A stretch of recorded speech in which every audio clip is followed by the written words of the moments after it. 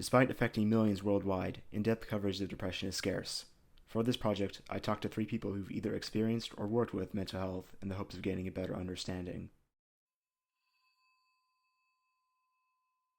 Sherry Van Rijsselberg is the mental health specialist at Options Counseling Center in Eugene and assists families in finding therapy, medication, and other resources.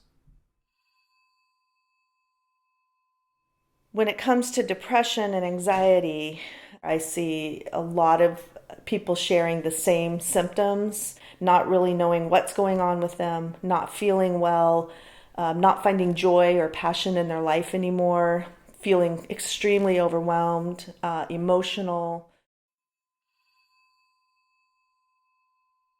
You don't want to tell them, you're going crazy, I think you're crazy.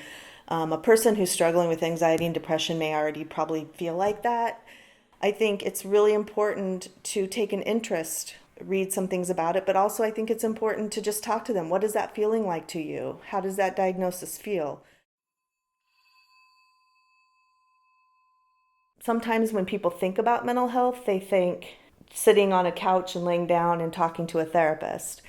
And what we're finding out and what we know is that there's other ways to support people's mental health, and some just, that work just as well. Is it art class? Is it riding horses? Is it learning to meditate? I mean, there's just so many options and things that we can do that I think that some people just aren't even aware that if they have access to that or have people talking to them about it, that they can get better and feel better. It's important for us as a community to continue to realize that the vulnerable are out there and that we need to continue to be there as support systems and to, like I've said over and over, to empower people to help them feel better about themselves.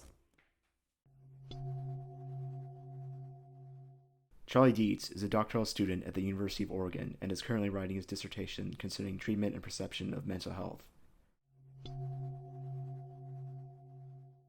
When I was reporting, we had a string of mass shootings. So you just get to see how these narratives develop after an atrocity, that mental illness just gets tacked on. And obviously, my thesis work was about the Newtown shootings. People, talking about Adam Lanza.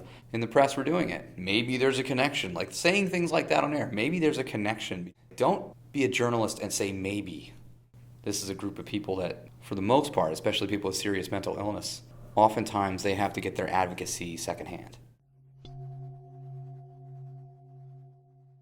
So the Associated Press and the National Alliance on Mental Illness a couple of years ago came up with a set of language protocols that the AP sort of recommends now in their most recent edition as to how to talk about mental illness and when to talk about it and stop making it speculative. And that's going to be a long change. Like AP could say something, but it doesn't mean it's going to be implemented.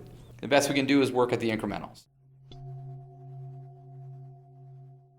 And the industry is trying to figure out is now that we have all these people who can create their own channels, how do we stay relevant and how do we carry the story if we do at all? There's plenty of forums now where people can go and there's apps that you can get. There's all kinds of resources for people to reach out.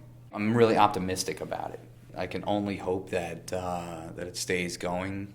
How does journalism handle that? Well, news can kind of be a bridge between those groups, which it has the responsibility of doing anyway. So it allows at least for a more concerted voice. During sophomore year at the University of Oregon, Alison Burke went through a period of severe anxiety and also found out that her sister was experiencing depression. Learning to manage her own mental health and to communicate with her sister was a difficult process, made easier by her discovery of jiu-jitsu. There wasn't any signs that I was really on the radar of depression. Maybe there was something that was going on, but it wasn't anything that was extreme. It was the same every time. It was I feel like this and I don't know why. I feel like this and I don't know why. I feel like this and I don't know why. And I would get super angry with myself because I saw that I have a loving family, I have a good home, I'm getting a good education, and I have a loving boyfriend, and yet there is something inside me that it's a void that I can't fill. To be with people, learning a skill that's both physical and mental was so good for me. And so ever since then I've been doing it, and now there are some days that I'm not necessarily okay, But I'm so much better than I was because I found jujitsu and I do it every day, and it's basically my therapy. Mental health doesn't go away. Most of the people who have been in my life have done that, or gone through something like that. So I think maybe people think it's like a really rare thing and it's not going to happen to them, but that's not true. You never know what someone's going through at that moment. Keep that in mind, because I know like I was going through a lot of stuff and people thought I was fine. Find something where like you can make a community and be able to like trust that people aren't going to judge you.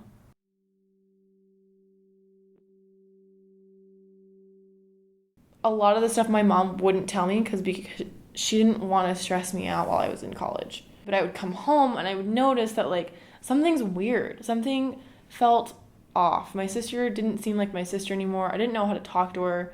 We started noticing like there's cuts on her arms. It's awful, but I would end up just like screaming at her because I wanted her to just come to her senses and like be a normal person and talk about her feelings, and she couldn't. And I didn't understand what she was going through. I still don't understand what she was going through.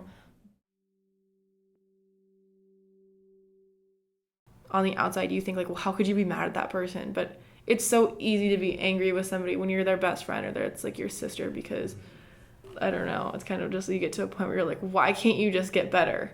And I know that that's not easy. You can't just get better. But I wish you could.